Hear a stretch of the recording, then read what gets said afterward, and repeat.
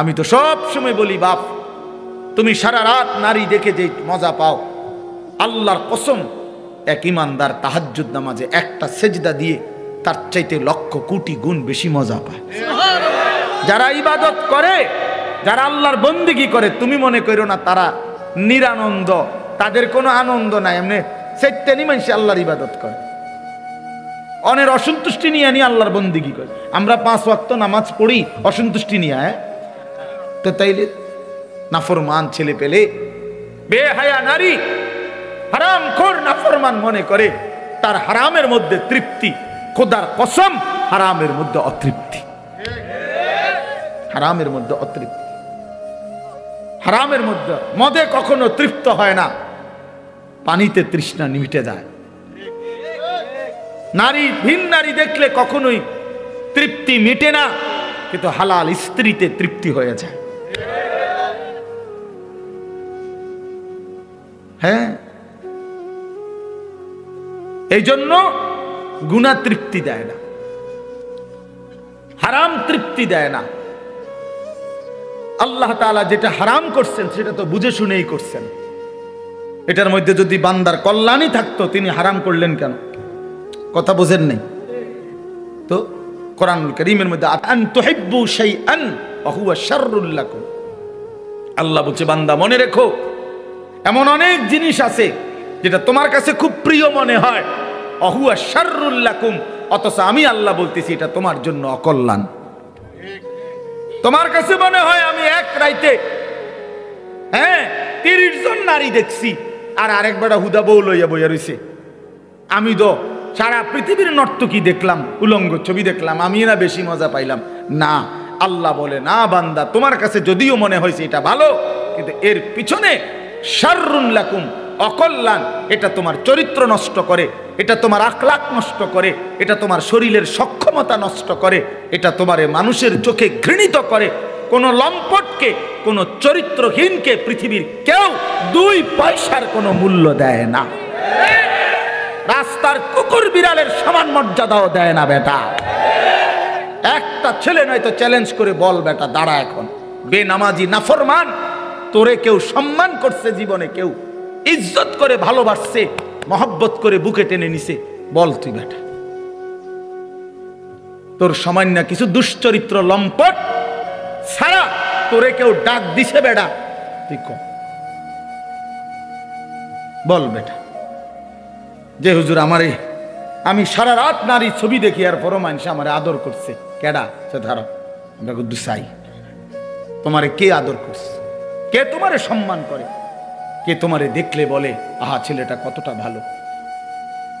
না না না, মানুষ আলোকে আলোই বলে, অন্ধকারকে মানুষ অন্ধকারই বলে, রাতকে মানুষ রাতই বলে, দিনকে মানুষ দিনই বলে, সাদাকে সাদাই বলে, কালোকে কালোই বলে।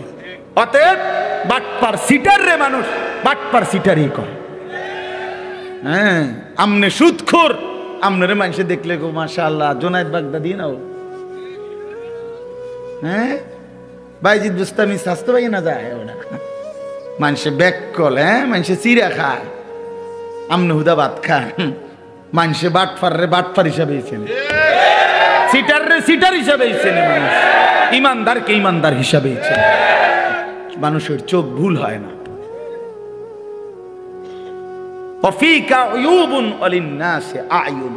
আরবি ভাষার প্রবাদ এটা, আরবি ভাষায় বলে আর কি, ওয়াফিকা উয়ুবুন ওয়ালিন্নাসি আয়ুনুন, তোমারও দোষ আছে, মানুষেরও চোখ আছে। এটা একটা আরবি প্রবাদ। তোমারও কি আছে? মানুষেরও চোখ আছে, চোখ চোখ আছে। কেমনে আড়াল করবা? রাইতের অন্ধকারে গুনাহ করে। আল্লাহর নবী বলছে, খোদার কসম নবী বলছে, উম্মত অন্ধকারের একাকিত্বের গুনাহ দিনের আলোয় আল্লাহ চেহারায় ভাসিয়ে দেয়। এই জন্য মানুষ দেখলেই বুঝে তারে দেখতে চোরের মতো লাগে।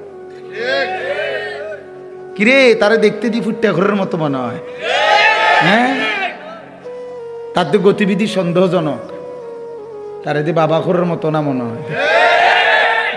কে ঘটনা কি? তার বাবা তো আলগা খাইছে,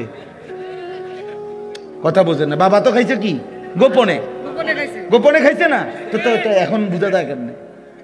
হ্যাঁ, মানুষ তাহলে বলে কেন? মানুষের চোখে এটা ধরা পড়লো কেন? এটা আল্লাহ তাআলা এই নাফরমানের চেহারার মধ্যে গুনার চিহ্ন ভাসায় দেয়।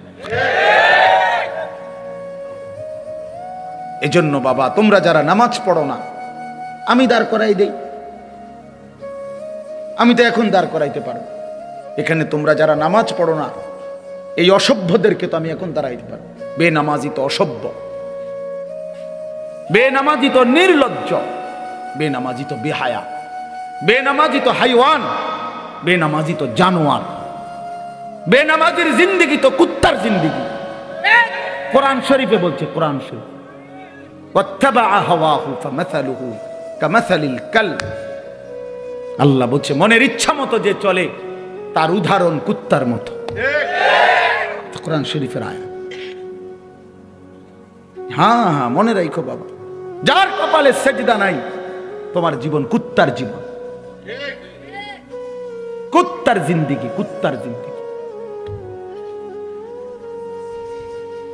এই জীবন কুকুরের জীবন, এই ঘুম কুত্তার ঘুম, এই খানা কুকুরের খানা, এই ভোগ কুকুরের ভোগ।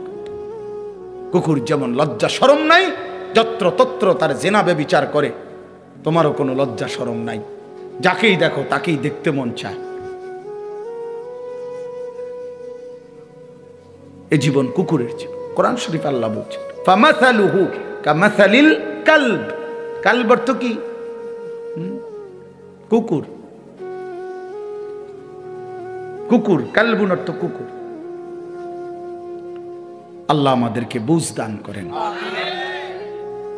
আমি যে আয়াতটা পড়ছি, মাহে রমজান,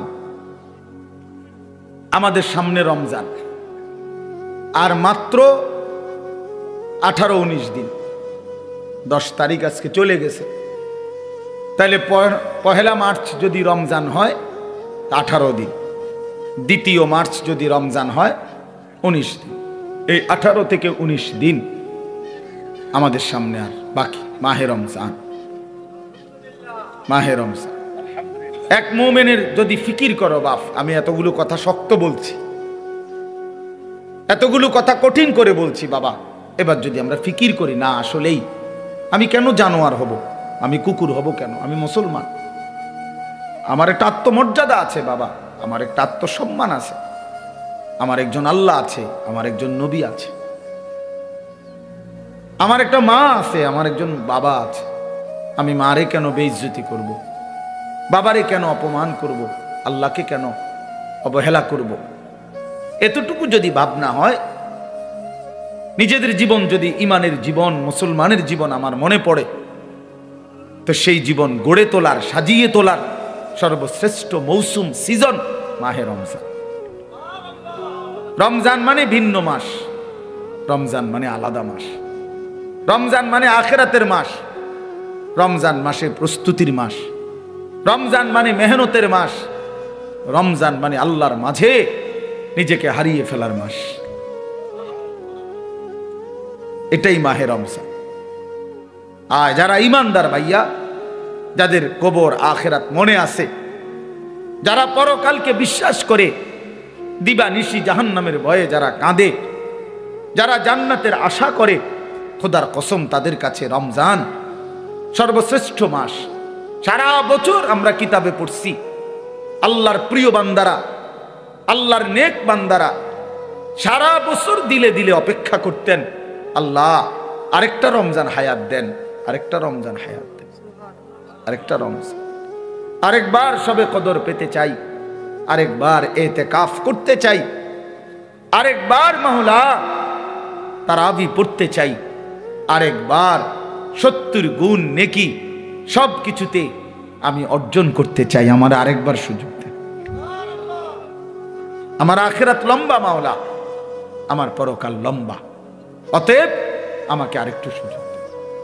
এজন্য রমজান মাস এটা বড় মুবারক মাস, এটা দামি মাস মুমিনের কাছে। সবার কাছে একরকম না, সবার কাছে একরকম না বাবা। যার কাছে যেমন কদরও করে তেমন। আমার একজন উস্তাদ আছেন, হযরত মাওলানা মুফতি মুস্তফা মাহমুদি, কুমিল্লা বাগমারা লালমাই এলাকার অনেক বড় আল্লাহওয়ালা হুজুর, আমার উস্তাদ। এই হুজুরে আমরা ছাত্র জীবনে দেখতাম, হুজুরে কইতো আল্লাহ কেমন, যার মনে যেমন, যার মনে যেমন, যে দিলে দিলে যেমন ভাবে আল্লাহ তাআলা তার আচরণও তার সাথে করে এমন। আনা ইনদা যান্নি আবদি বি, আল্লাহ নিজে বলেন হাদিসে কুদসিতে, আমি আমার বান্দার ধারণা অনুপাতেই তার সাথে আচরণ করি। আমার বান্দা আগেই কয়, আগেই বলে না সুদে না লইলে, কিস্তি না লইলে। আমার বান্দা নিজেই বলে না কেমনে সংসার চলবো, আল্লাহ বলে আমিও তারে এমনই বানায় রাখি, কারণ তুই তো আমার উপরে কোনো আস্থাই রাখো নাই। তুমি আস্থা রাখছো সুদের উপরে, কিস্তির উপরে, তো তুমি যেমন আমার আচরণও তেমন, আমার আচরণও তেমন। সব ব্যাপারে বান্দা আল্লাহ তাআলার ব্যাপারে ধারণা রাখে যেমন, আল্লাহ তাআলাও তার সাথে আচরণ করে তেমন। তো এই জন্য বললাম মাহে রমজান আমাদের জীবনের সর্বশ্রেষ্ঠ মুমিনের কাছে গুরুত্বপূর্ণ মাস। ইমানদারের হৃদয় এটা, ইমানদারের কলজা এটা, ইমানদারের অপেক্ষা এটা।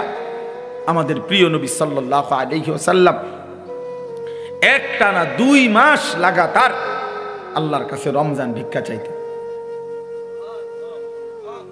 2টা মাস, আল্লাহুম্মা বারিক লানা ফি রাজাবা ওয়া শাবান ওয়া বাল্লিগনা রমাদান। আয় আল্লাহ, এই 2টা মাসে আমারে হায়াত ভিক্ষা দেন, বরকত দেন, আমারে রমজান পর্যন্ত পৌঁছিয়ে দেন। তাইলে নবী সাল্লাল্লাহু আলাইহি সাল্লাম রজব এবং শাবান মানে রমজানের আগের 2 আরবি মাস আল্লাহর কাছে বরকত চাইতেন হায়াতের, আর রমজান পর্যন্ত পৌঁছতে চাইতেন। আচ্ছা, নবী সাল্লাল্লাহু আলাইহি সাল্লামের 11 মাসের আমল ঘাটতি ছিল কেমন? নবী সাল্লাল্লাহু আলাইহি সাল্লাম 24 ঘন্টার মধ্যে গাফেল থাকতেন কখন? নাউজুবিল্লাহ। আল্লাহকে ভুলে থাকতেন কখন? এক বুজুর্গকে জিজ্ঞাসা করছিল যে আল্লাহ নবী সাল্লাল্লাহু আলাইহি সাল্লাম তসবিহ ব্যবহার করতেন, যে আমরা যে তসবিহ গুনি, তখন উনি চমৎকার উত্তর দিছে যে শোনো বাবা, তসবিহ তো ব্যবহার করে সে যে আল্লাহকে ভুলে যায়, ফলে তসবিহ হাতে থাকলে এই তসবিহ তারে আল্লাহর কথা মনে করায় দেয়, তখন সে আবার পড়ে, আবার ভুলে যায়, আবার তসবিহ দেখলে মনে পড়ে। তো তসবিহ তো মনে করায় দেয় আল্লাহর কথা, তো যে ভুলে যায় তাকে না মনে করাবে? তো নবী সাল্লাল্লাহু আলাইহি সাল্লাম তসবিহ পড়তেন কিনা, ব্যবহার করতেন কিনা তুমি জানতে চাইছো? আগে তো তুমি বলো, নবী সাল্লাল্লাহু আলাইহি সাল্লাম আল্লাহকে ভুলতেন কখন? তিনি আল্লাহকে ভুলতেন কখন? তিনি তো কখনোই ভুলতেন না। কানা রাসূলুল্লাহ সাল্লাল্লাহু আলাইহি ওয়াসাল্লাম ইয়াযকুরুল্লাহ ফি কুল্লি আহয়ানিহি। আম্মা জান আয়েশা রাদিয়াল্লাহু তাআলা আনহা বলেন, আল্লাহর নবী সাল্লাল্লাহু আলাইহি সাল্লাম সর্বদাই আল্লাহ তাআলার জিকির করতেন। তাইলে যিনি 11 মাস টানা আল্লাহর ইবাদতে পূর্ণ মনোযোগী থাকতেন, যিনি নবী নিজে বলছেন আনা আ'লামুকুম বিল্লাহ, আমি আল্লাহকে সবচেয়ে বেশি জানি চিনি, আনা আতকাকুম, আমি হচ্ছি তোমাদের মধ্যে সবচেয়ে বেশি আল্লাহকে ভয় করি। তাহলে যার তাকওয়া বেশি, যার ইলম বেশি, যার আমল বেশি, যার 11 মাসের বন্দিগি লাগাতার, সেই তিনি এর পরেও এত নেকি এত বন্দিগি থাকার পরেও নবীজি রমজানের অপেক্ষা করতেন 2 মাস। আর আমাদের 11 মাসের হালাত কি? আমাদের হালাত কি? আমাদের নেকি কোথায়? আমাদের গুনার ভিড়ে নেকি তো খুঁজে পাওয়া যাবে না, নেকি তো খুঁজে পাওয়া যাবে না। আমাদের তো গুনায় গুনাহ, গুনাই গুনাহ, গুনাই গুনাহ, উঠতে বসতে চলতে ফিরতে নাফরমানি আমাদের বেশি। অতএব আমাদের জন্য এর চাইতে বেশি রমজানের অপেক্ষা করা উচিত, কারণ রমজান আমার গুনাহ ধুয়ে মুছে সাফ করে দিবে, রমজান আমার নেকির পাহাড় জমায়ে দিবে। এই জন্য দয়া করে আমরা প্রত্যেকে ইনশাআল্লাহ, এই প্রথম কথা আমার, রমজানের জন্য দিল থেকে দোয়া করবেন, বলেন ইনশাআল্লাহ। এইটা হলো 1 নাম্বার কথা, 1 নাম্বার ডিউটি। এখন থেকে আর বাকি কয়টা দিন প্রত্যেক দিন আল্লাহর কাছে বলেন, আল্লাহ আর কয়টা দিন হায়াত ভিক্ষা দেন, আর কয়টা দিন হায়াত দেন, রমজান না দেখাই আমারে কবরে নিয়েন না মাওলা। আমি রহমত মাগফিরাত নাজাত পেতে চাই, আমি 70 নেকি পেতে চাই, আমি সবে কদর পেতে চাই, আমি ইতিকাফ পেতে চাই, আমি রমজানের রহমত মাগফিরাত নাজাত পেতে চাই। আমারে এত কাছে আইনা 17-18 দিন সামনে রাইখা আমারে কবরে নিয়েন না মাওলা। এটা আমাদের প্রথম দোয়া। 2 নাম্বার কথা হলো, আল্লাহ পাক রব্বুল আলামিন রমজানের গুরুত্ব বলতে গিয়ে এইখানে ডাইরেক্ট সরাসরি আল্লাহ নিজে বলছেন। এই আয়াতটা সূরা বাকারার 185 নম্বর আয়াত অংশ বিশেষ। আল্লাহ তাআলা বলেন শাহরু রমাদান, এই যে রমজান মাস, শাহরু অর্থ মাস, রমাদান মানে রমজান। তো রমজান মাস এই কথাটা আল্লাহ পাক এই মাসটার এতটা দাম যে আল্লাহ নিজেই এই মাসের নাম উল্লেখ করেছেন। এই কোরআনুল কারিমে আরবি 12 মাসের মধ্যে আর কোনো মাসের নাম কোরআনে নাই, শুধু এইটাই আছে। মুহররম, সফর, রবিউল আউয়াল, রবিউল সানি, আরো মাস আছে না আরবি, এগুলোর নাম নাই। শুধু এই রমজান মাসের নামই আল্লাহ উল্লেখ করছে, শাহরু রমাদান, রমজান মাস। অতএব যেটা আল্লাহ উচ্চারণ করছেন সেটা দামি। দামি কি না বলেন? 2, আমাদের নবীজির জবানে রমজান শব্দ উচ্চারণ হয়েছে কিনা? হয়েছে। নবীজি বারবার বলছেন ইজা দাখালা রমাদান, যখন রমজান আসে, ফুতিহাত আবওয়াবুর রাহমা আবওয়াবুল জান্নাহ, রহমতের সব দুয়ার আল্লাহ খুলে দেয়, জান্নাতের সব দুয়ার আল্লাহ খুলে দেয়। ওয়াগুল্লিকাত আবওয়াবুন নার, জাহান্নামের দরজা বন্ধ করে দেয়। ওয়াসুলসিলাতিশ শায়াতিন, শয়তানগুলোকে শেকলে বন্দী করে দেয়। এটা মজার বিষয় হইল, মনে করেন এদিক দিয়া ওই পাশ থেকে কোনো খান দিয়া বাইর হইবার কোনো ব্যবস্থা নাই, রাস্তা কেবল একটাই, আপনাকে এদিক দিয়ে বাইর হইতে হইব, ঢুকবেন কেবল এটাই, এদিক দিয়েই ঢুকতে হবে। তা আল্লাহ যেন রমজান মাসে জাহান্নামের সব দরজা বন্ধ করে দেয়, শয়তানগুলোকে শেকলে বন্দি করে ফেলে। এবার আল্লাহ যেন বলে, বান্দা এটা রমজান, যেদিক দিয়েই আমল শুরু করবা, যে এলাকার থেকে আমল শুরু করবা, মানে আমার জান্নাতের দিকে হাঁটা শুরু করবা, তো কোনোখানে বাঁচবে না, কোনোখানে ভুল হবে না, পথ হারাইবা না, রাস্তা ভুল হবে না, অন্য কোনো দরজা দিয়ে ঢুকার সম্ভাবনা নাই। শুধু খোলা যেই দরজা, এটা শুধুই জান্নাতেরই দরজা, ঢুকলে শুধু জান্নাতেই ঢুক, ঢুকলে শুধু জান্নাতেই ঢুক। কারণ খোলাই তো কেবল কিসের দরজা? জান্নাতের, জান্নাতের দরজা। ছেলেটা সকাল থেকে রাত পর্যন্ত ছুটছে, কি করে বাবা, কেন হাসো, কেন কাঁদো, কি চুল রাখলা, কি জামা পরলা, সারাদিনে মোবাইল টিপা কি পাইলা, এত নারী, এত ছবি, এত দৃশ্য, এত উলঙ্গপনায় শেষ পর্যন্ত রাত শেষে অর্জন কি বাবা? জিজ্ঞাসা করে দেখেন না, বলবে কোনো অর্জন নেই। শরীরটা নাপাক হয়েছে, নারী দেখতে দেখতে, ছবি দেখতে দেখতে, হ্যাঁ, লজ্জাস্থানের শক্তিটা নষ্ট হয়েছে, হাতটাকে নাপাক জায়গায় ব্যবহার করছে, কোমরের শক্তি কমে যাচ্ছে, যৌবনের সক্ষমতা নষ্ট হয়ে যাইতেছে, শরীরটা ধীরে ধীরে অচল, পঙ্গু, অপদার্থ হয়ে যাচ্ছে, আখেরাতটা জাহান্নামের আগুন জ্বলছে। এই অর্জন, চরিত্রহীনতার অর্জন কি? অশ্লীলতার অর্জন কি? অসভ্যতার অর্জন কি? তাহলে এই জন্য আমরা বললাম, আমাদের আল্লাহ, আমাদের কোরআন, আমাদের রাসূল, আমাদের ইসলাম আমাদের জন্য সর্বশ্রেষ্ঠ, আমাদের জন্য নিরাপদ, আমাদের জন্য আরামদায়ক, এবং এর মধ্যেই আমাদের সুখ, শান্তি, স্বস্তি, নিরাপত্তা, আনন্দ, সুখ সব এখানে, সব এখানে। আমি তো সব সময় বলি, বাপ তুমি সারা রাত নারী দেখে যে মজা পাও, আল্লাহর কসম এক ইমানদার তাহাজ্জুদ নামাজে একটা সেজদা দিয়ে তার চাইতে লক্ষ কোটি গুণ বেশি মজা পায়।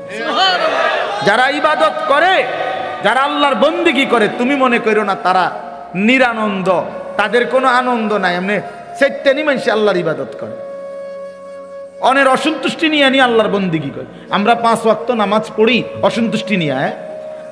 তো তাইলে নাফরমান ছেলে পেলে, বেহায়া নারী, হারামখোর নাফরমান মনে করে তার হারামের মধ্যে তৃপ্তি।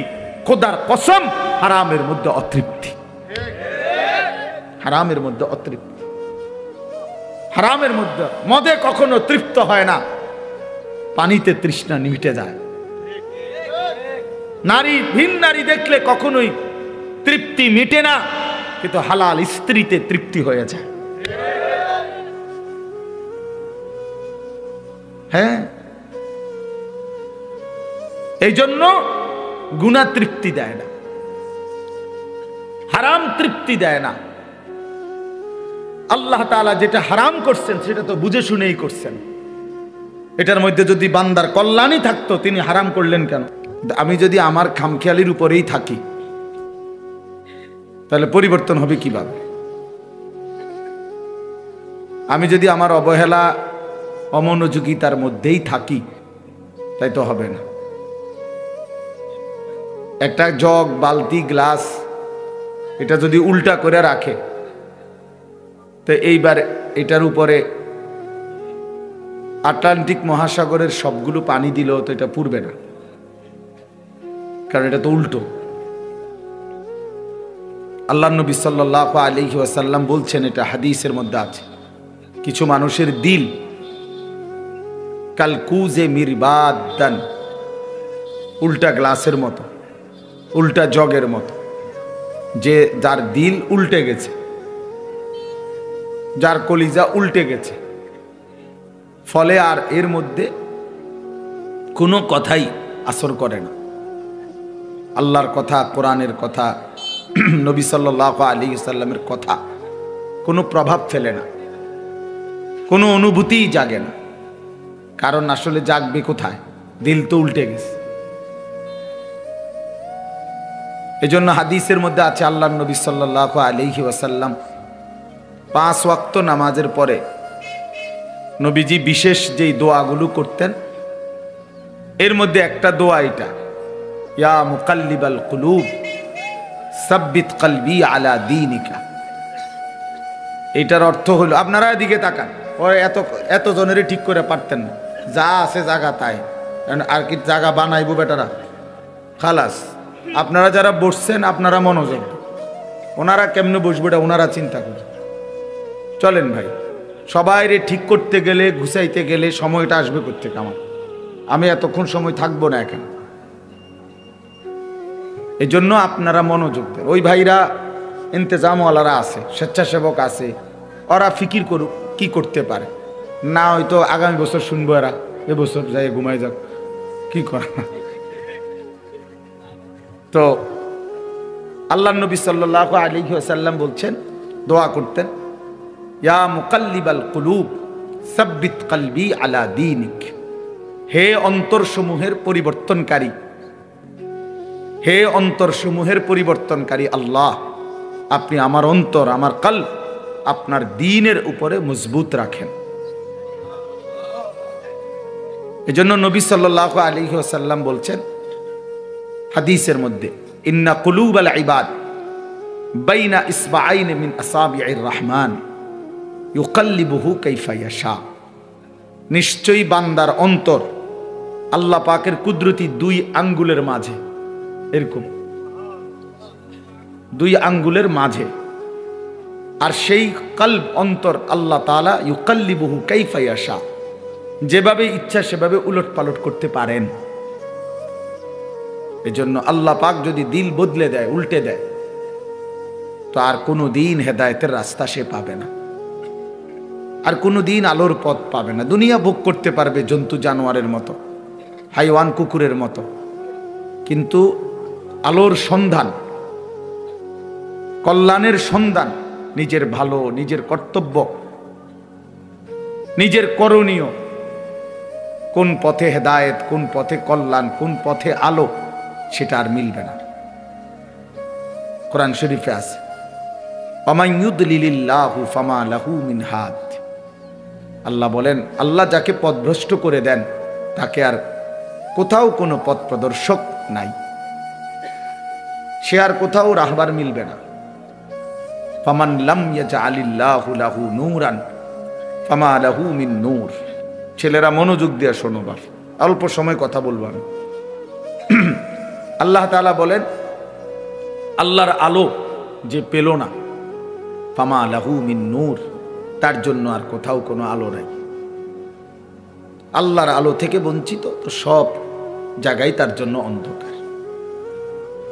আল্লাহ তাআলা কোরআনুল কারীমের মধ্যে বলছেন, যারা নাফরমানি করছে তাদের সারা জিন্দিগির যাবতীয় কাজকর্ম কারামাদিন ইশতাদ্দাত বিহির রিহু ফি ইয়াউমিন আসিফ, ওই রকম ছাইয়ের স্তূপের মতো, যেখানে কোনো ব্যক্তি ছাই বোঝেন তো না, চুলার লাকড়ির ছাই, ছালি আর কি, যেটা এই ছাইয়ের স্তূপ দিছে রাস্তার এখানে, মনে করেন অনেক ছাইয়ের স্তূপ, হঠাৎ করে একটা জোরে বাতাস আসছে, এক বাতাসে ছাই উড়ে ছিন্ন ভিন্ন হয়ে গেছে, আর কোনো নাম নিশানা নাই। আল্লাহ নবী সাল্লাল্লাহু আলাইহি সাল্লাম বলেন, নাফরমান বেঈমান পাপীর যাবতীয় আমল কর্মকাণ্ড সবকিছু এরকম স্তূপকৃত ছাইয়ের মতো, যেটা একটা বাতাস এসে এক নিমিষে উড়ায় দিছে, আর কিছুই নাই তার। একদিন মৃত্যুর সাথে সাথে দেখবে আর কিচ্ছু, এই ভাত মাছ চাল ডাল পেশাব পায়খানা, খাট পালং সোফা ফার্নিচার, মোবাইল মোটরসাইকেল, হ্যাঁ হাসি নারী ছবি নাচ গান, খালাস, মরে গেছে, তার কিছুই নেই, আর কিছুই নেই। এরপরে কবরে গিয়ে দেখবে কিছুই নেই, কিছুই আর নেই। এই জন্য বাপ, এটা গুরুত্বপূর্ণ বিষয়, যেমন না হওয়া যে আল্লাহ আমার দিল উল্টায় দিছে, এমন পাষাণ না হওয়া যে আমার অন্তরে কোনো কথাই ঢোকে না। এটা ভাবলেই বোঝা যায় মানুষ, প্রত্যেকেই অনুভব করতে পারি, আমরা নিজের দিলে নিজেই বোঝাপড়া করতে পারি যে আসলে আল্লাহর কথা আমার দিলে কেমন লাগে, আখিরাতের কথা বললে আমার অন্তরের অবস্থা কেমন হয়। কবরের কথা, কবর দেখলে, মৃত্যু দেখলে, লাশ দেখলে, জানাজা দেখলে আমার কলিজার মধ্যে কোনো অনুভূতি জাগে কিনা, হৃদয়টা নরম হয় কিনা। রাসূলুল্লাহ সাল্লাল্লাহু আলাইহি সাল্লাম বলছেন, আমি তোমাদের কাছে দুটা জিনিস রেখে যাচ্ছি নসিহত হিসাবে, তারাকতু ফীকুম আমরাইন ওয়াইজাইন, উপদেশ হিসাবে দুইটা জিনিস রেখে যাচ্ছি। একটা হলো কোরআন, যেটা নাতিক, যেটা উচ্চারণ করে, মানে তুমি পড়লেই কোরআন থেকে উপদেশ পাইবা। আরেকটা হলো নবীজি বলছেন, আমি আরেকটি উপদেশ তোমাদের জন্য রেখে যাচ্ছি, যেটা কোনো আওয়াজ করে না, নিশ্চুপ, কিন্তু তোমাদেরকে উপদেশ দেয়। সেটা কি? আল মাউত, মৃত্যু। মৃত্যু, প্রতিটা মৃত্যু তোমাকে নসিহত করে যে এর পরের জানাজা আমার, এর পরের এলান হয়তো আমার, এর পরের ঘোষণা আমার। এজন্য মৃত্যু একটা নসিহত। কাফা বিল মাউতে ওয়াইজান, নবী সাল্লাল্লাহু আলাইহি সাল্লাম বলেন, ওয়াজ নসিহতের জন্য, উপদেশ জন্য মৃত্যুর স্মরণ এটাই যথেষ্ট। মৌতের কথা কিছুক্ষণ ভাবা, কোনো লাশ, কোনো জানাজা, কোনো কবরস্থানে দাঁড়িয়ে একটু একটু ফিকির করা, এটাই যথেষ্ট ওয়াজ হিসাবে। এটাই বড় ওয়াজ, এটাই বড় নসিহত, এটাই বড় উপদেশ। উপদেশ। এজন্য হযরত ওমর রাদিয়াল্লাহু তাআলা আনহু 10.5 বছর মুসলমানদের খলিফা ছিলেন, বাদশাহ ছিলেন। উনি একজন লোক, এই ছেলে, ঘটনা কি দোস্ত, বেটকাও কেন?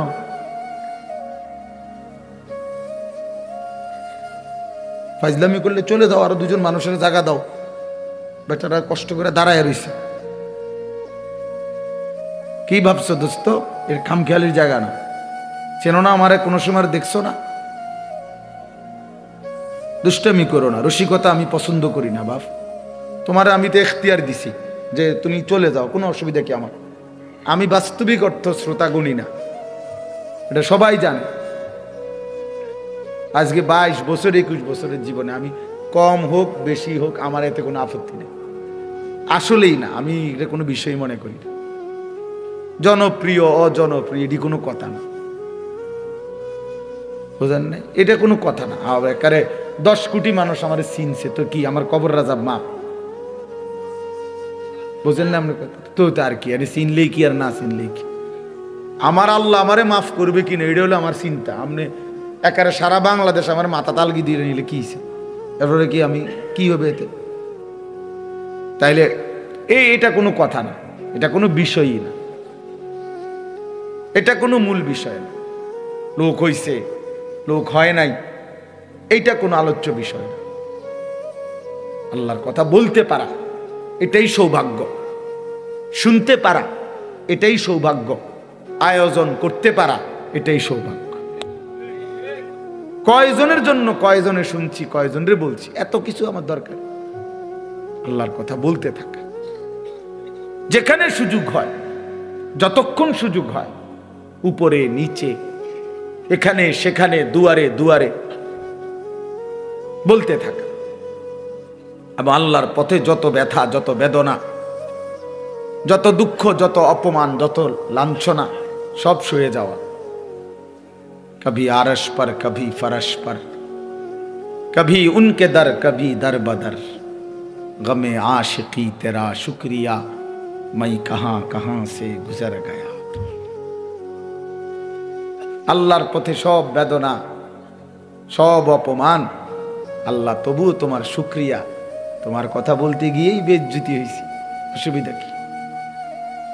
গমে আশিকি তেরা শুকরিয়া, মাই কাহা কাহা সে গুজর গায়া, আমি কই থেকে কই ছুটে গেলাম, তোমার জন্যই ছুটলাম, তোমার জন্যই ছুটলাম, তোমার কথাই ফেরি করলাম। গতকালকেও আমি রাত্রে শেষ যখন বয়ান শেষ করছি, লাস্ট রাতের 1:20 বাজে, হ্যাঁ শুরু হয়েছে জোরের পড়তে। কোথায় গেছি, কতক্ষণ করছি, কি কিচ্ছু আমার হিসাব কিতাব, চলছো তো চলো ভাইয়া, বলতে থাকো, খালাস। এই জন্য বললাম দোস্ত আমার রাগ হইও না, খামখেয়ালি করাটা আমি পছন্দ করি না। আমার কথা হলো কম হোক, মনোযোগ দিয়ে শোনো, এতে বরকত। একদিনে তুমিও বদলাইতা না আমি জানি, কিন্তু আন্তরিকতা থাকলে, মনোযোগ থাকলে একদিন সত্যি সত্যি আল্লাহ চাইলে বদলে যাবে।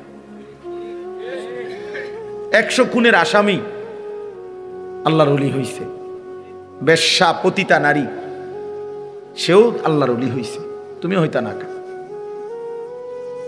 জগৎ বিখ্যাত ডাকায় তো কি হইছে, আল্লাহওয়ালা হইছে, তুমি হইতা না কেন? তুমি তো এর চাইতে খারাপ হয়ে যাও নাই, তো তুমিও ভালো হয়ে যাবে ইনশাআল্লাহ। কিন্তু আন্তরিকতা দরকার, দিল দরকার, আল্লাহর কথার প্রতি মনোযোগী হওয়া দরকার, আল্লাহর কথার প্রতি মনোযোগী হওয়া দরকার। এই জন্য আমি এটা একটু শক্ত, আমার কথা হলো শতভাগ মনোযোগ দিয়ে। এই যে আমি এই জন্য মোবাইলের কথা বলছি, অর্থাৎ মোবাইল ধরে রাখলে না হাতে সারাক্ষণ নজর যায় ওটার দিকে, মানে একটু পরপর এটা মনে পড়ে, এটা তো ওডের নি, একবার ছোট করে, একবার বড় করে, একবার একটু চাপ দেয়, একটু নিচে দেয়, মানে দেখবেন মানে বেচারার টেনশনটা কাজ করে কি। তো এটারে তো তুমি অনেক কিছু করলা, কিন্তু তোমার নিজের কলিজার মধ্যে কি ঢুকছে এটা কও। মোবাইলের একবারে ছবিটা সুন্দর উঠছে, আওয়াজটা ক্লিয়ার উঠছে, সব ঠিক আছে, তো এটা দিয়ে কি লাভ হইল? আমি সুন্দর হলাম কিনা, আমি কিছু বুঝলাম কিনা, আমার ভিতরে একটা আফসোস আসছে কিনা, আমার হৃদয়ের মধ্যে একটু ফিকির অনুভূতি জাগছে কিনা, যে হায় আমি কি করছি, আমার কি করা উচিত ছিল, আমি কে, আমি আসলাম কোত্থেকে, কে আমাকে বানাইলো, কে আমাকে বানাইলো। ওই মৌলানা বলতেছিল যে আল্লাহ জানতে চাইবে বান্দা আমি কি একটা বারও আমার ডাক শুনতে পাই নাই? কেমনে পারলা? সারাদিনে কতজনরে ডাক দিলা, তুমি কি পারলা না একটা বার আমারে ডাকতে? কত জনের কত আবদার রক্ষা করলা, আমি তোমার কাছে কয়েকটা সেজদা চাইছি, আমি কি তোমার কোনো উপকার করি নাই? আজকের সারাদিনে আমি কি তোমাকে লালন পালন করি নাই? খোদার কসম, হাদিসে আছে আল্লাহ পাক হাসরের ময়দানে জিজ্ঞেস করবে, বান্দা আলাম নুসিহ জিসমাক, এই প্রথম প্রশ্ন করবে এটা। বান্দা বলো তো, মোট এতদিন আমি কি তোমার শরীরটা সুস্থ রাখি নাই? বলো, মাথা ব্যথা ছিল কয়বার? মাথা স্বাভাবিক ছিল কয়বার? বলো, পেট ব্যথা হয়েছে জীবনে কয়বার? পেট স্বাভাবিক ছিল কয়বার? হাত ব্যথা পাও ব্যথা হয়েছে কয়বার? সুস্থ স্বাভাবিক ছিলে কয়বার? শোনো, এবার হিসাব নাও বান্দা। এই হিসাবের আলোকে বলো, অনুরবিকা মিনাল মা, প্রতিবার তৃষ্ণার্ত অবস্থায় আমি কি তোমাকে পানি পান করাই নাই? আল্লাহ পাক জিজ্ঞেস করে এই হাসরের ময়দানে, হাদিসে আছে এটা। সর্বপ্রথম আল্লাহ পাক বান্দাকে প্রথম প্রশ্ন কি করবে? এইটা করবে, এই দুইটা কথা জিজ্ঞাসা করবে, এরপরে কথা আরো চলবে। বাকি প্রথম বলবে, বলো তো আমি কি মোট এতদিন এত ঘন্টা তোমাকে সুস্থ রাখি নাই? আমি কি তোমাকে তৃষ্ণার্ত অবস্থায় প্রতিবার পানি পান করাই নাই? একবারও মনে পড়লো না আমার? এমন তৃষ্ণার মুহূর্তে যদি এক গ্লাস পানি না পাইতা কি হইতো? অথচ সেই পানি পান করে একটা বার আলহামদুলিল্লাহ বলতে হয়, এটাও তো বললাম, এটাও তো কোনোদিন শিখলা না যে আল্লাহর দেওয়া রিজিক, আল্লাহর দেওয়া পানীয় ভোগ করার পরে আলহামদুলিল্লাহ বলতে হয়। বহু নাফরমান তো এটাও জানে, এটাও তো জানে। পেট ভরে খেয়ে তো একটা বার আলহামদুলিল্লাহ বলে না। মানে জন্তু জানোয়ারের খাবার, হাইওয়ান জানোয়ার যেমন জানে না কিছুই, এও জানে না। এই জন্য বাপ চলেন আমি আমার আয়াতটা বলি। তাহলে আমার বলার উদ্দেশ্য হলো, আমরা এই কথা হৃদয় দিয়ে অনুভব করা, আমাদের আখিরাত আছে, আমাদের পরকাল আছে, আমাদের মৃত্যু পরবর্তী একটা জিন্দেগি আছে, এটা নিশ্চিত, এটা সত্য, শতভাগ সত্য। কবর, হাসর, মিজান, ফুলসেরাত, জান্নাত, জাহান্নাম, এটা সত্য বাপ। যদি মিথ্যা হইতো 1450 বছরে গবেষণা কইরা বিভিন্ন দার্শনিক পণ্ডিতরা অনেক তথ্য বের করতো যে এই আলোকে এটা প্রমাণিত হলো যে এটা মিথ্যা। কিন্তু কোনো কাফের বেঈমানও আজ পর্যন্ত পরকালের কোনো বিষয়কে মিথ্যা প্রমাণিত করতে পারে নাই। কোরআনুল কারীমের একটি অক্ষরকে যেহেতু ভুল প্রমাণিত করতে পারে নাই, অতএব আখিরাত সত্য। আফালা ইয়াতাদাব্বারুনাল কুরআনা ওয়ালাউ কানা মিন ইনদি গায়রিল্লাহি লাওয়াজাদু ফীহি ইখতিলাফান কাসীরা। আল্লাহ বলে, আমার বান্দারা কোরআন পড়ে দেখো না কেন, কোরআন গবেষণা করছো না কেন, দেখো না এক একটা আয়াত মিলায়া দেখো। যদি এই কোরআন অন্য কারো কাছ থেকে আসতো আমি আল্লাহ ব্যতীত, তাহলে যেই কোনো চিন্তাশীল বুদ্ধিমান ব্যক্তি গবেষণা করিলেই তার মধ্যে অসংখ্য ভুল ত্রুটি ভ্রান্তি খুঁজে পেত। আল্লাহ ভিন্ন যেই লেখে, যেই বলে, তার কথা বক্তব্য লিখনির মধ্যে ভুল হয়ই হয়। 1 লক্ষ কথাও যদি সঠিক হয়, 10টা কথা ভুল হয়, ভুল হয়। আমরা একেবারে আমগো যে কোনো ওয়াইজেরও আমনে যদি খেয়াল করে এখন আমনে হয়তো কইতে পারবেন যে হুজুর এই শব্দটা এমনি না করলে ভালো হইতো, এটা এমনি করলেও পারতো। কথা বোঝেন নাই আমার? আমি হয়তো বুঝছি এমনি কইছি, আপনার বিবেচনায় যে না এটা এমনি করলেও পারতো। কিন্তু এমনও কোরআনুল কারীমের মধ্যে এমনও কোনো কথা, একটা লাইন, একটা শব্দ এমন নাই যে পৃথিবীর কোনো ইমানদার কিংবা বেঈমান এটা বলছে যে এই শব্দটা এটা না কইয়া এটা কইলে ভালো হইতো, এমনও নাই। এইটাই সত্যম, এখানে এইটাই, যেখানে যেটা ওইখানে ওইটাই। এখানে এর চাইতে সুন্দর শব্দ নাই, এর চাইতে চমৎকার উপস্থাপনা হইতে পারে না। এর চাইতে চমৎকার শব্দের গাঁথুনি, একটার পর একটা শব্দ চয়ন এর চাইতে চমৎকার হইতে পারে না। সকল গুণে, সকল বিবেচনায়, সর্বগুণে কোরআন শ্রেষ্ঠ। যত ভাবে, যত ঢঙ্গে, যত রঙ্গে দেখুক না কোরআন, কোরআনই শ্রেষ্ঠ। আল্লাহ বলছেন কেন? কারণ এটা আমি আল্লাহর পক্ষ থেকে আসছে, আর আমি সেই মালিক, ইয়ালামু মা বাইনা আইদিহিম ওয়া মা খালফাহুম, আমি সামনেও জানি, পিছনেও জানি, কিয়ামত পর্যন্ত পৃথিবীর শেষ হালাত আমি তো জানি। তো কাজেই আমার কথার মধ্যে ভুল ভ্রান্তি অযৌক্তিক হবে কেমনে? পৃথিবী আধুনিক হইতে হইতে কই যাইয়া পৌঁছবে এটা আল্লাহ জানে না? তো তাইলে এই জন্য বাপ, কোরআনুল কারীমের কথাই শ্রেষ্ঠ কথা। আফালা ইয়াতাদাব্বারুনাল কুরআনা আম আলা কুলুবিন আকফালুহা। আল্লাহ বলেন, হায় বান্দারা, কি হলো তোমাদের? তোমরা যে কোরআন পড়ছো না, কোরআন গবেষণা করছো না কেন? নাকি তোমাদের অন্তরগুলো তালাবদ্ধ? আম আলা কুলুবিন আকফালুহা, নাকি তোমাদের দিলগুলো তালা মারা? এই বাপ, ভাইয়া, ছেলেরা, বাবারা, মুসলমান হওয়ার পরও যারা কোরআন পড়েন না, বুঝেনও না, দুই চার লাইন শব্দ তেলাওয়াতও করেন না, সত্য কথা হইল আপনার কোনো দিল নাই, আপনার আসলেই কোনো অন্তর নাই, এটা তালাবদ্ধ, এটা একটা জমাট পাথর ছাড়া আর কিছু না। আম আলা কুলুবিন আকফালুহা, আল্লাহ পরিষ্কার বলছে। কোরআন পড়ছো না কেন? কোরআন নিয়ে ভাবতেছো না কেন বান্দা? নাকি তোমাদের অন্তরগুলো তালাবদ্ধ? তার মানে বোঝা গেল যে আল্লাহর কোরআন নিয়ে ভাবে না, আল্লাহর কোরআন পড়ে না, আল্লাহর কোরআন বোঝে না, খোদার কসম তার কোনো অন্তরে নাই, তার কোনো দিল নাই, তার দিল তালাবদ্ধ, ওইটা জমাটবদ্ধ পাথর ছাড়া আর কিছু না, আর কিছু না। দুনিয়া ভোগ করে তো দুনিয়া তো আতফাও দিয়ে না ভোগ করে, চোখ নাক কান দিয়ে ভোগ করে, দিল কোনো কাজ করে না। এই জন্য আমরা কোরআনুল কারীমের দিকে ফেরা দরকার, আমাদের আখিরাতের দিকে ফেরা দরকার, আমাদের বিবেককে কাজে লাগানো দরকার। আমরা এটা ইনসাফের সাথে ভাবা উচিত।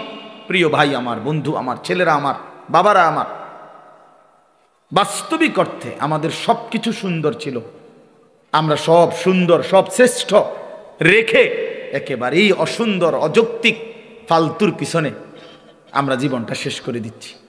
আমাদের আল্লাহ সর্বশ্রেষ্ঠ, আমাদের নবী মুহাম্মদ সাল্লাল্লাহু আলাইহি সাল্লাম সর্বশ্রেষ্ঠ, আমাদের কিতাব কোরআন সর্বশ্রেষ্ঠ, আমাদের ধর্ম ইসলাম সর্বশ্রেষ্ঠ, আমাদের সবটাই শ্রেষ্ঠ ছিল। কিন্তু আমরা সর্বশ্রেষ্ঠ নিয়ামত ছেড়ে একেবারে ফালতু ফালতু কতগুলা বইপত্র, কাগজ কলম, পৃথিবীর কিছু মানুষের বিকৃত কিছু চিন্তা চেতনা, এর পিছনেই আমরা জিন্দেগি শেষ করে দিছি।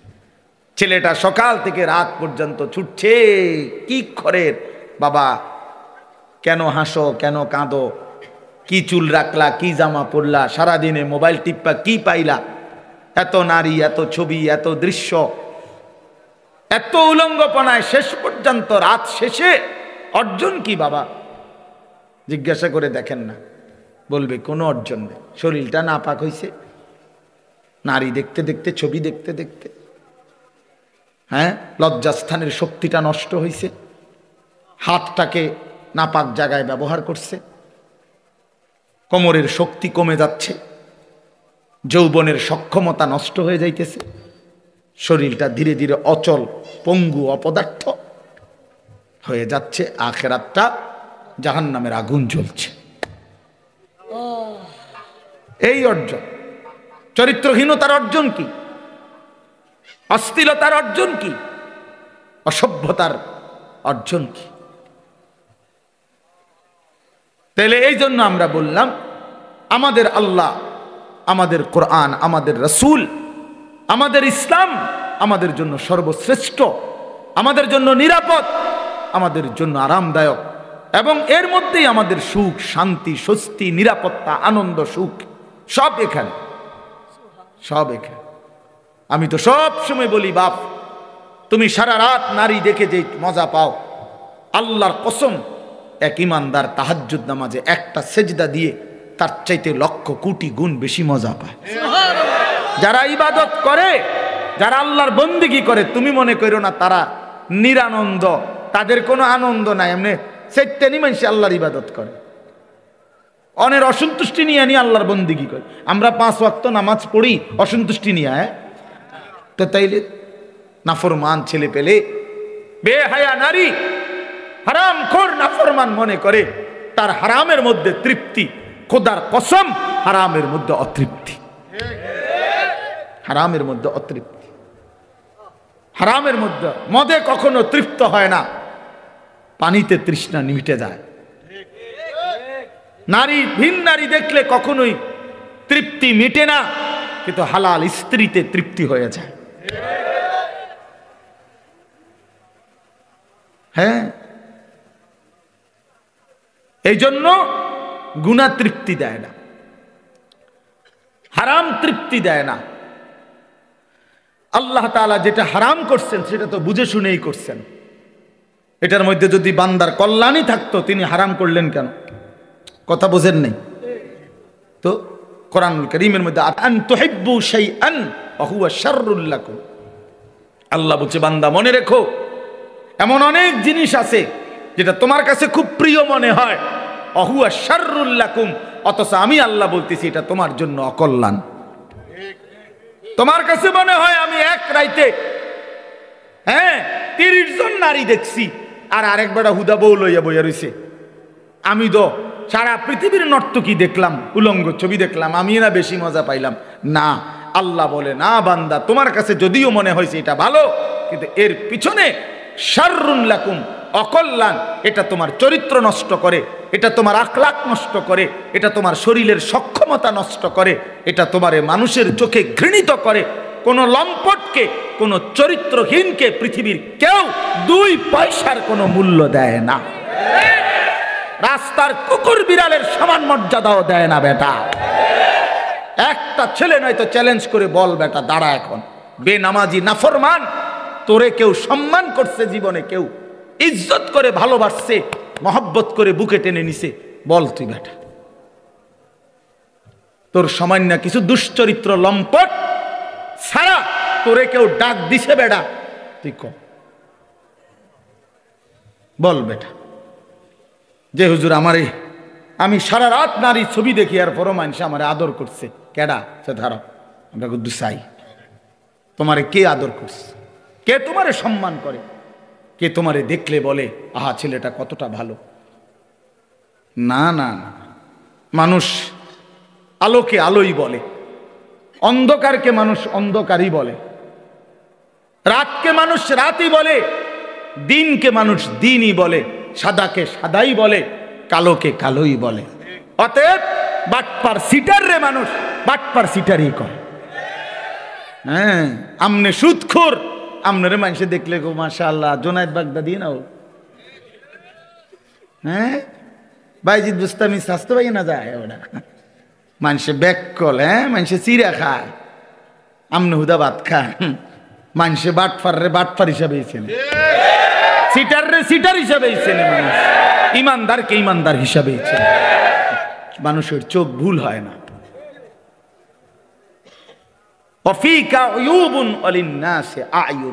আরবি ভাষার প্রবাদ এটা, আরবি ভাষায় বলে আর কি, ওয়াফিকা উয়ুবুন ওয়ালিন্নাসি আয়ুনুন, তোমারও দোষ আছে মানুষেরও চোখ আছে। এটা একটা আরবি প্রবাদ। তোমারও কি আছে? মানুষেরও চোখ আছে, চোখ চোখ আছে। কেমনে আড়াল করবা? রাইতের অন্ধকারে গুনাহ করে। আল্লাহর নবী বলছে, খোদার কসম নবী বলছে, উম্মত অন্ধকারের একাকিত্বের গুনাহ দিনের আলোয় আল্লাহ চেহারায় ভাসিয়ে দেয়। এই জন্য মানুষ দেখলেই বুঝে তারে দেখতে চোরের মতো লাগে। কিরে তারে দেখতে দি ফুটটা ঘরের মতো মনে হয়, হ্যাঁ তার তো গতিবিধি সন্দেহজনক, তারে দি বাবা ঘরের মতো না মনে হয়। কে ঘটনা কি? তার বাবা তো আলগা খাইছে, কথা বোঝেন না। বাবা তো খাইছে কি গোপনে, গোপনে খাইছে না তো তো তো এখন বুঝা যায় কেমনে? হ্যাঁ, মানুষ তাহলে বলে কেন? মানুষের চোখে এটা ধরা পড়লো কেন? এটা আল্লাহ তাআলা এই নাফরমানের চেহারার মধ্যে গুনার চিহ্ন ভাসায় দেয়। এজন্য বাবা, তোমরা যারা নামাজ পড়ো না, আমি দাঁড় করাই দেই। আমি তো এখন দাঁড় করাইতে পারবো এখানে। তোমরা যারা নামাজ পড়ো না, এই অসভ্যদেরকে তো আমি এখন দাঁড়াইতে পারবো।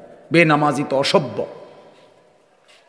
বেনামাজি তো নির্লজ্জ, বেনামাজি তো বেহায়া, বেনামাজি তো হাইওয়ান, বেনামাজি তো জানোয়ার, বেনামাজির জিন্দেগি তো কুত্তার জিন্দেগি। কোরআন শরীফে বলছে, কোরআন শরীফ, ওয়াত্তাবাআ হাওয়াহু ফামাসালুহু কামাসালিল কালব। আল্লাহ বলছে মনের ইচ্ছা মতো যে চলে তার উদাহরণ কুত্তার মতো। কোরআন শরীফের আয়াত। হ্যাঁ হ্যাঁ, মনে রাখো বাবা, যার কপালে সেজদা নাই তোমার জীবন কুত্তার জীবন, কুত্তার জিন্দেগি, কুত্তার জিন্দেগি। এ জীবন কুকুরের জীবন, এই ঘুম কুত্তার ঘুম, এই খানা কুকুরের খানা, এই ভোগ কুকুরের ভোগ। কুকুর যেমন লজ্জা শরম নাই, যত্র তত্র তার জেনা ব্যভিচার করে, তোমারও কোনো লজ্জা শরম নাই, যাকেই দেখো তাকেই দেখতে মন চায়।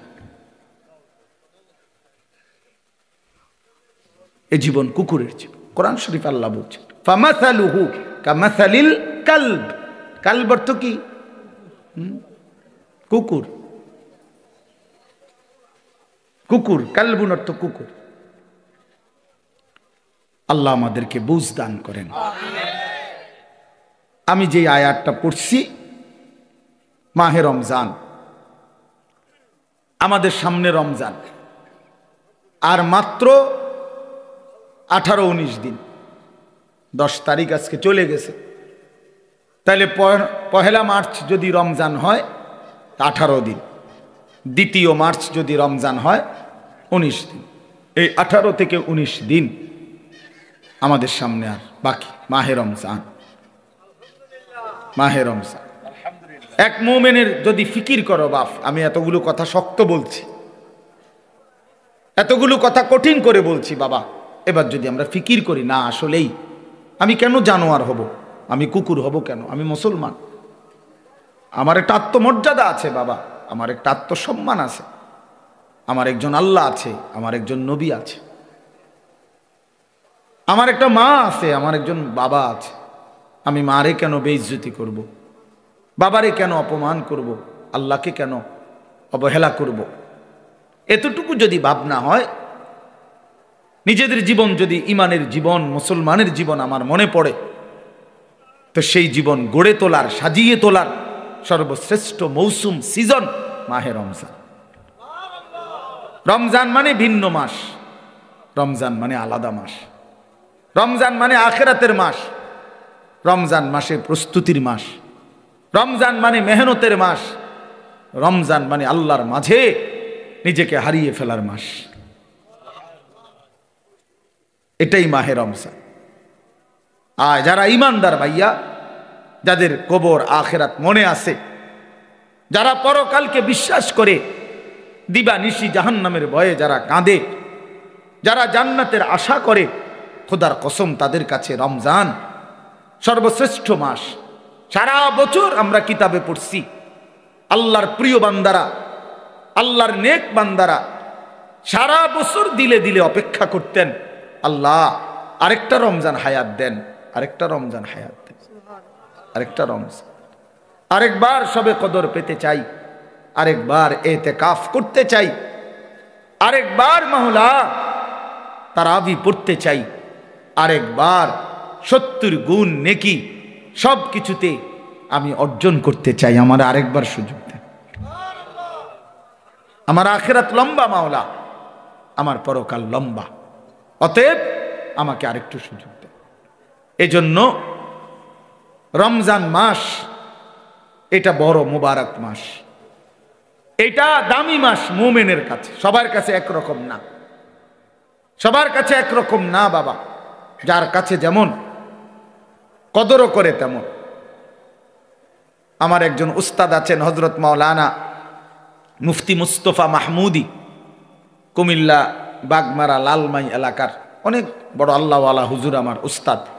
এই হুজুরে আমরা ছাত্র জীবনে দেখতাম, হুজুরে কইতো আল্লাহ কেমন, যার মনে যেমন, যার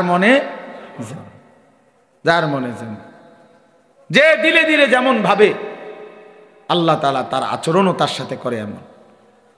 আনা ইনদা যন্নি আবদি বি, আল্লাহ নিজে বলেন হাদিসে কুদসিতে, আমি আমার বান্দার ধারণা অনুপাতেই তার সাথে আচরণ করি। আমার বান্দা আগেই কয়, আগেই বলে না সুদে না লইলে, কিস্তি না লইলে। আমার বান্দা নিজেই বলে না কেমনে সংসার চলবো, আল্লাহ বলে আমিও তারে এমনই বানায় রাখি, কারণ তুই তো আমার উপরে কোনো আস্থাই রাখো নাই। তুমি আস্থা রাখছো সুদের উপরে, কিস্তির উপরে, তো তুমি যেমন আমার আচরণও তেমন, আমার আচরণও তেমন। সব ব্যাপারে বান্দা আল্লাহ তাআলার ব্যাপারে ধারণা রাখে যেমন, আল্লাহ তাআলাও তার সাথে আচরণ করে তেমন। তো এই জন্য বললাম মাহে রমজান আমাদের জীবনের সর্বশ্রেষ্ঠ মুমিনের কাছে গুরুত্বপূর্ণ মাস। ইমানদারের হৃদয় এটা, ইমানদারের কলজা এটা, ইমানদারের অপেক্ষা এটা। আমাদের প্রিয় নবী সাল্লাল্লাহু আলাইহি ওয়াসাল্লাম একটানা 2 মাস লাগাতার আল্লাহর কাছে রমজান ভিক্ষা চাইতেন। 2টা মাস। আল্লাহুম্মা বারিক লানা ফি রাজাবা ওয়া শাবান ওয়া বাল্লিগনা রমাদান। আয় আল্লাহ, এই 2টা মাসে আমারে হায়াত ভিক্ষা দেন, বরকত দেন, আমারে রমজান পর্যন্ত পৌঁছিয়ে দেন। তাইলে নবী সাল্লাল্লাহু আলাইহি সাল্লাম রজব এবং শাবান মানে রমজানের আগের 2 আরবি মাস আল্লাহর কাছে বরকত চাইতেন হায়াতের, আর রমজান পর্যন্ত পৌঁছতে চাইতেন। আচ্ছা, নবী সাল্লাল্লাহু আলাইহি সাল্লামের 11 মাসের আমল ঘাটতি ছিল কেমন? নবী সাল্লাল্লাহু আলাইহি সাল্লাম 24 ঘন্টার মধ্যে গাফেল থাকতেন কখন? নাউজুবিল্লাহ। আল্লাহকে ভুলে থাকতেন কখন? এক বুজুর্গকে জিজ্ঞাসা করছিল যে আল্লাহ নবী সাল্লাল্লাহু আলাইহি সাল্লাম তসবিহ ব্যবহার করতেন, যে আমরা যে তসবিহ গুনি, তখন উনি চমৎকার উত্তর দিছে যে শোনো বাবা, তসবিহ তো ব্যবহার করে সে যে আল্লাহকে ভুলে যায়, ফলে তসবিহ হাতে থাকলে এই তসবিহ তারে আল্লাহর কথা মনে করায় দেয়, তখন সে আবার পড়ে, আবার ভুলে যায়, আবার তসবিহ দেখলে মনে পড়ে। তো তসবিহ তো মনে করায় দেয় আল্লাহর কথা, তো যে ভুলে যায় তাকে না মনে করাবে? তো নবী সাল্লাল্লাহু আলাইহি সাল্লাম তসবিহ পড়তেন কিনা, ব্যবহার করতেন কিনা তুমি জানতে চাইছো? আগে তো তুমি বলো নবী সাল্লাল্লাহু আলাইহি সাল্লাম আল্লাহকে ভুলতেন কখন? তিনি আল্লাহকে ভুলতেন কখন? তিনি তো কখনোই ভুলতেন না। কানা রাসূলুল্লাহ সাল্লাল্লাহু আলাইহি ওয়াসাল্লাম ইয়াযকুরুল্লাহ ফি কুল্লি আহয়ানিহি। আম্মা জান আয়েশা রাদিয়াল্লাহু তাআলা আনহা বলেন, আল্লাহর নবী সাল্লাল্লাহু আলাইহি সাল্লাম সর্বদাই আল্লাহ তাআলার জিকির করতেন। তাইলে যিনি 11 মাস টানা আল্লাহর ইবাদতে পূর্ণ মনোযোগী থাকতেন, যিনি নবী নিজে বলছেন আনা আ'লামুকুম বিল্লাহ, আমি আল্লাহকে সবচেয়ে বেশি জানি চিনি, আনা আতকাকুম, আমি হচ্ছি তোমাদের মধ্যে সবচেয়ে বেশি আল্লাহকে ভয় করি। তাহলে যার তাকওয়া বেশি, যার ইলম বেশি, যার আমল বেশি, যার 11 মাসের বন্দিগি লাগাতার, সেই তিনি এর পরেও এত নেকি এত বন্দিগি থাকার পরেও নবীজি রমজানের অপেক্ষা করতেন 2 মাস। আর আমাদের 11 মাসের হালাত কি? আমাদের হালাত কি? আমাদের নেকি কোথায়? আমাদের গুনার ভিড়ে নেকি তো খুঁজে পাওয়া যাবে না, নেকি তো খুঁজে পাওয়া যাবে না। আমাদের তো গুনায় গুনাহ, গুনাই গুনাহ, গুনাই গুনাহ, উঠতে বসতে চলতে ফিরতে নাফরমানি আমাদের বেশি। অতএব আমাদের জন্য এর চাইতে বেশি রমজানের অপেক্ষা করা উচিত, কারণ রমজান আমার গুনাহ ধুয়ে মুছে সাফ করে দিবে, রমজান আমার নেকির পাহাড় জমায়ে দিবে। এই জন্য দয়া করে আমরা প্রত্যেকে ইনশাআল্লাহ, এই প্রথম কথা আমার, রমজানের জন্য দিল থেকে দোয়া করবেন, বলেন ইনশাআল্লাহ। এইটা হলো 1 নাম্বার কথা, 1 নাম্বার ডিউটি। এখন থেকে আর বাকি কয়টা দিন প্রত্যেক দিন আল্লাহর কাছে বলেন, আল্লাহ আর কয়টা দিন হায়াত ভিক্ষা দেন, আর কয়টা দিন হায়াত দেন, রমজান না দেখাই আমারে কবরে নিয়েন না মাওলা। আমি রহমত মাগফিরাত নাজাত পেতে চাই, আমি 70 নেকি পেতে চাই, আমি সবে কদর পেতে চাই, আমি ইতিকাফ পেতে চাই, আমি রমজানের রহমত মাগফিরাত নাজাত পেতে চাই। আমারে এত কাছে আইনা 17-18 দিন সামনে রাইখা আমারে কবরে নিয়েন না মাওলা। এটা আমাদের প্রথম দোয়া। 2 নাম্বার কথা হলো, আল্লাহ পাক রব্বুল আলামিন রমজানের গুরুত্ব বলতে গিয়ে এইখানে ডাইরেক্ট সরাসরি আল্লাহ নিজে বলছেন। এই আয়াতটা সূরা বাকারার 185 নম্বর আয়াত অংশ বিশেষ। আল্লাহ তাআলা বলেন শাহরু রমাদান, এই যে রমজান মাস, শাহরু অর্থ মাস, রমাদান মানে রমজান। তো রমজান মাস এই কথাটা আল্লাহ পাক এই মাসটার এতটা দাম যে আল্লাহ নিজেই এই মাসের নাম উল্লেখ করেছেন। এই কোরআনুল কারিমে আরবি 12 মাসের মধ্যে আর কোনো মাসের নাম কোরআনে নাই, শুধু এইটাই আছে। মুহররম, সফর, রবিউল আউয়াল, রবিউল সানি, আরো মাস আছে না আরবি, এগুলোর নাম নাই। শুধু এই রমজান মাসের নামই আল্লাহ উল্লেখ করছে, শাহরু রমাদান, রমজান মাস। অতএব যেটা আল্লাহ উচ্চারণ করছেন সেটা দামি। দামি কি না বলেন? 2, আমাদের নবীজির জবানে রমজান শব্দ উচ্চারণ হয়েছে কিনা? হয়েছে। নবীজি বারবার বলছেন ইজা দাখালা রমাদান, যখন রমজান আসে, ফুতিহাত আবওয়াবুর রাহমা আবওয়াবুল জান্নাহ, রহমতের সব দুয়ার আল্লাহ খুলে দেয়, জান্নাতের সব দুয়ার আল্লাহ খুলে দেয়। ওয়াগুল্লিকাত আবওয়াবুন নার, জাহান্নামের দরজা বন্ধ করে দেয়। ওয়াসুলসিলাতিশ শায়াতিন, শয়তানগুলোকে শেকলে বন্দী করে দেয়।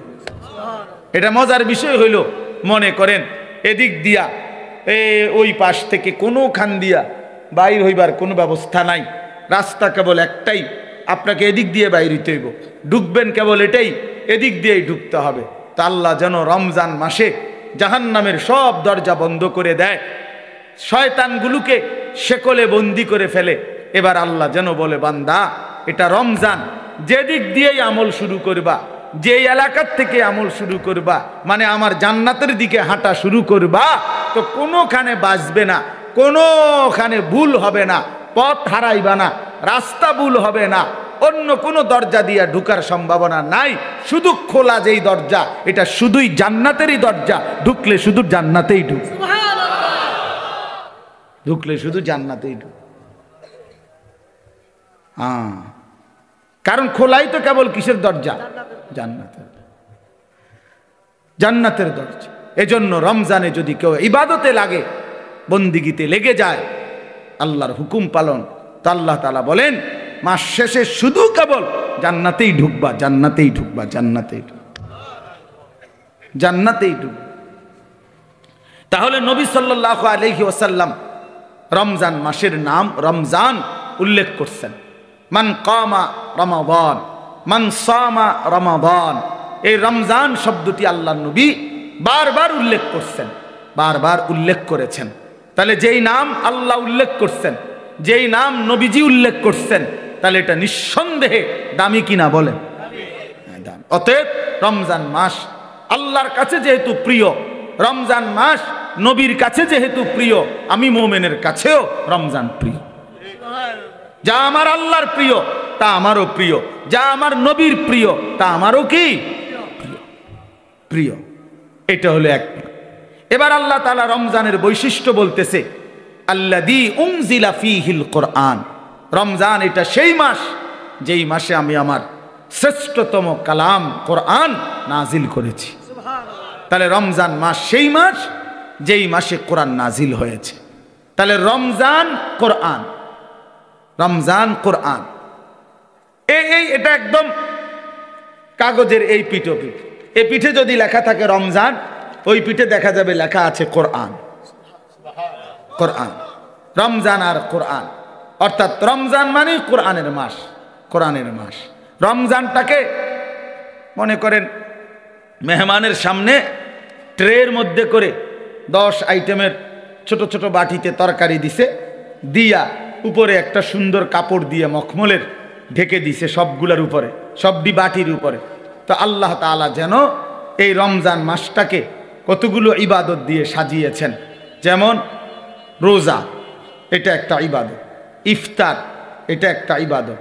সাহারি মানে রাত্রির খাবার, এটা একটা ইবাদত।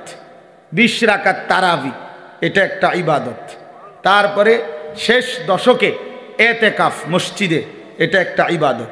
শেষ দশকের বেজর রাত্রিগুলোতে শবে কদর, এটাও একটা কি ইবাদত। এইভাবে আল্লাহ তাআলা এগুলো দিয়া সাজাইয়া এইটার উপরে যেন কোরআন নামের একটা চাদর দিয়ে ঢেকে দিছে। মানে পুরাটা রমজান কোরআন দ্বারা মোড়ানো, কোরআনের চাদরে ঢাকা। এজন্য রমজান আল্লাহ তাআলা বলছেন এটার মর্যাদা, বৈশিষ্ট্য যে আমি আল্লাহ আমার কোরআন নাজিল করেছি। কোরআন নাজিল করার কারণে রমজান দামি। দামি কেমন? কোরআন হুদাল লিন্নাসি ওয়া বাইয়িনাতিম মিনাল হুদা ওয়াল ফুরকান। আল্লাহ বলেন কোরআন হচ্ছে বিশ্ব মানবতার হেদায়েত এবং হেদায়েতের স্পষ্ট পথ নির্দেশিকা, মানে কোনো বিষয় অস্পষ্ট নাই। ওয়াল ফুরকান, কোরআনই হচ্ছে সত্য মিথ্যা, ন্যায় অন্যায়, জায়েজ না জায়েজ, উচিত অনুচিতের মাপকাঠি। কোনটা করা উচিত, কোনটা ছাড়া উচিত, কোনটা ন্যায়, কোনটা অন্যায়, কোনটা উচিত, কোনটা অনুচিত, আল্লাহর কসম এটা একমাত্র কোরআনই সিদ্ধান্ত দেয়। আমার রসুলের সুন্নাহ হাদিসই শিক্ষা দেয়।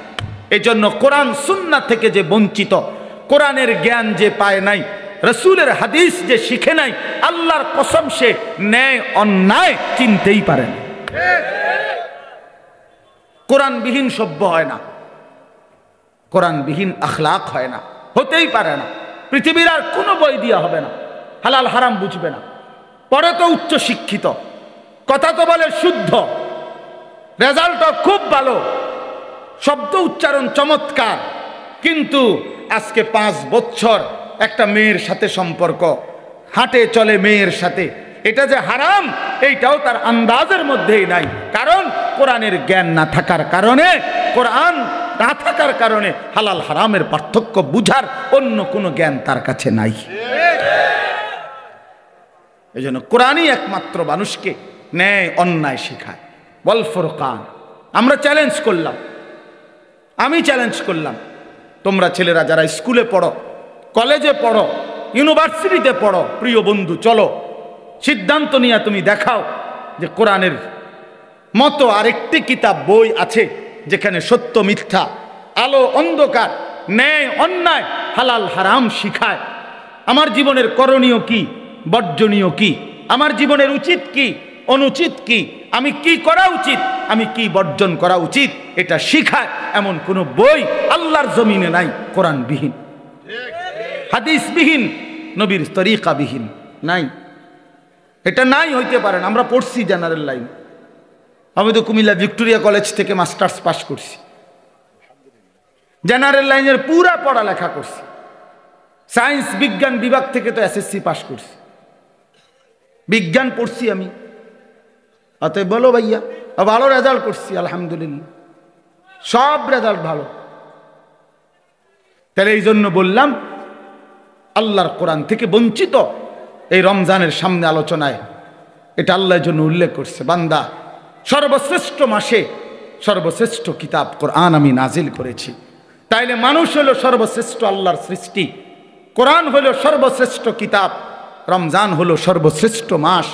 অতএব সর্বশ্রেষ্ঠ যেই মানুষটা আল্লাহর কোরআন থেকে বঞ্চিত, খোদার কসম সুম্মা রাদাদনাহু আসফালা সাফিলিন, আল্লাহ বলে এবার আমাকে ছেড়ে দিলা, কোরআন ছেড়ে দিলা, তো আমি তোমাকে একেবারে নিকৃষ্ট থেকে নিকৃষ্ট স্থানে তোমারে পৌঁছায় দেব। এই জন্য দয়া করে আজকে আমি এই একটা কথাই শেষে বলতে চাই, অনেক কিছু বলা দরকার, কিন্তু একটা প্রসঙ্গ শুধু বলতে চাই যে রমজান আমাদের সামনে। একে তো রমজানকে কদর করা উচিত, রমজানে ইবাদত আখিরাতের প্রস্তুতি নেওয়া। আর বিশেষভাবে অনুরোধ করছি আপনাদের কাছে, ছেলেদের বাবাদের, যে আল্লাহর কোরআন যাদের অশুদ্ধ, কোরআন শরীফ যারা পড়তে পারেন না, কোরআন শরীফের জ্ঞানের সাথে যাদের কোনো সম্পর্কই নাই, আপনারা আরেকবার ঘুরে দাঁড়ান, আরেকবার ঘুরে দাঁড়ান। কোরআনের মাসে কোরআনকে ইজ্জত করেন, তাহলে আল্লাহ বরকত দিবে। যার কোরআন, আপনার বয়স 90 বছর হোক আর 9 বছর হোক, ছেলেরা বাবা তোমরাও, পর্দার আড়ালের মা বোনরাও, বয়স্ক বাবারাও, আমরা প্রত্যেকেই রমজান আমাদের সামনে, সবাই সবার সুবিধা মতো ইমাম সাহেবের কাছে, কোনো আলেম দ্বীনের কাছে, কারো না কারো কাছে আল্লাহর কোরআন শিখেন, কোরআন শরীফ সহি শুদ্ধ করেন। এটা উচিত, এটা ইনসাফ বাবা, এটা ইনসাফ। কোরআনের জ্ঞান যার মধ্যে নাই, 60 বছর 30 বছরে যে আল্লাহর কোরআন দেখে দেখেও পড়তে পারে না, আহা বন্ধু, তার আফসোস ছাড়া জীবনটা আর কিছুই হইতে পারে না, আর কিছুই হইতে পারে না। ওই মানুষটা নিয়ে আসুন, চেয়ার দেন, চেয়ার, ওই চেয়ারটা দেব না, বসে। আলহামদুলিল্লাহ। তাইলে আল্লাহ তাআলা বলছেন হুদাল্লিন নাস, কোরআন মানুষের হেদায়েত, ওয়া বাইয়িনাতিম মিনাল হুদা, হেদায়েতের স্পষ্ট বাণী, ওয়াল ফুরকান, সত্য মিথ্যা, ন্যায় অন্যায়, হালাল হারামের পার্থক্যকারী। অতএব বন্ধু, আল্লাহর কোরআন বিহীন আলো মেলে না। আপনাদের বাবাদেরকে বলি, আপনারা যারা কোরআন থেকে সন্তানকে বঞ্চিত করছেন, তারা আপনাদের সন্তানকে আপনারা ক্ষতিগ্রস্তই করেছেন। আলো থেকে বঞ্চিত করছেন, আলো থেকে বঞ্চিত করছেন। বাকি পড়ালেখাগুলো ভালো, বাদ দিতে বলি নাই, কিন্তু এগুলো না হইলেও ভাত মিলত, এগুলো না হলেও ভাত মিলত। দুনিয়া এমনিই মিলে যায়। কত মূর্খ বকলম, নাম দস্তখত করতে জানে না, টিপসই দেয়, টিপসই। এমন মানুষ হাজার হাজার কোটি কোটি টাকার মালিক এমন নাই? তো তে আনলো কোত্থেকে টিপ? এই মূর্খে আনলো কোত্থেকে টাকা? এগুলা হেতেও তো দুনিয়া বুক করে। কথা বলেন, তার কি নাই? বাড়ি গাড়ি, নারী, ক্ষমতা, প্রভাব, প্রতিপত্তি সবই তো আছে। তাহলে দুনিয়া এমনি বুক করা যায়। যে বুবা, দেখেন, যে বুবা মানুষ, বুবা, বাস্তবিক অর্থেই বুবা, সেও তো দুনিয়া ভোগ করে, করে না? সেও তো ভাত খায়, মাছ খায়, পেশাব করে, ঘুমায়, তারও তো বাচ্চা কাচ্চা হয়, হেতেও তো বিয়া করে। তাহলে দুনিয়া তো বুবায়ও ভোগ করে। তাহলে বোঝা গেল আল্লাহর কোরআন যেই জবান পড়তে পারে না, বাকি কথা এগুলো না কইলেও সে দুনিয়া ভোগ করতে পারত, দুনিয়া ভোগ করতে পারত। এই জন্য বন্ধু, দুনিয়া তো বেঈমানও ভোগ করে, দুনিয়া তো মূর্খও ভোগ করে, দুনিয়া তো বোবাও ভোগ করে, দুনিয়া তো জন্তু জানোয়ারও ভোগ করে, কিন্তু আখিরাত, অনন্তকালের পরকাল, খোদার কসম, কোরআন ছাড়া, নামাজ ছাড়া, সেজদা ছাড়া, আল্লাহর হুকুম মানা ছাড়া, আখিরাতার পরকালে চোখটা বন্ধ হলে কবর থেকে নিয়ে অনন্তকাল আর কোনোদিন কোনো নাফরমান, বেঈমান, পাপী এক ঢোক আর পানিও মিলবে না, এক লোকমা খাবারও মিলবে না। হ্যাঁ, দুনিয়া তো আছে এমনি মিলস, ইমান না থাকলেও তো দুনিয়া মিলে। কাফের বেঈমানও তো দুনিয়া ভোগ করে মিয়া। অতএব এই আমার শেষ কথা, দয়া করে এটা ভাবতে শিখেন। আমার পরম শ্রদ্ধেয় হযরত মাওলানা মুফতি দ্বীন মোহাম্মদ আশরাফ সাহেব দামাত বারাকাতুহুমুল আলিয়া, তিনি এসেছেন, কথা বলবেন। আপনারা সবাই মনোযোগ দিয়ে বসেন। নওজোয়ান ছেলে, তোমরা উঠাউঠি করো না বাবা, আল্লাহর দোহাই কেউ উঠাউঠি করো না, মেহেরবানি করে, এটা অভদ্রতা। হুজুর কথা বলবেন, অল্প সময় দোয়া করবেন। তো আমার অনুরোধ রইল বাপ, ছেলেদেরকে বলি বাপ, রমজান মাস, অনেকের পড়ালেখার ব্যস্ততা, স্কুলের ব্যস্ততা কিছুটা কম হইতে পারে, অথবা ব্যস্ততা থাকলেও একটু সময় বের করে আল্লাহর কোরআন শেখার ফিকির করেন। বয়স্ক বাবারা যারা আছেন, চা দোকানে আড্ডা না দিয়ে কোরআন শিখেন।